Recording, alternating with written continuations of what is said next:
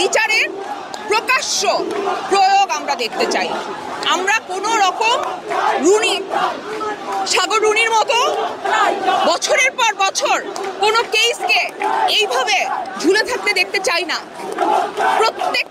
প্রত্যেকটা গুলির, প্রত্যেকটা মৃত্যুর হিসাব আমরা চাই।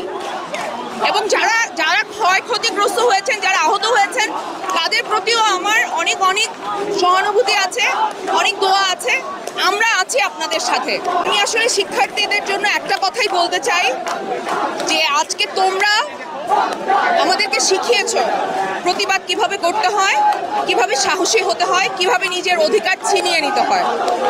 এই জন্য আমি আমার সন্তান তোমাদের কাছে সারা জীবন কৃতজ্ঞ থাকবো। আর যেই নিরীহ প্রাণগুলো নির্বিচারে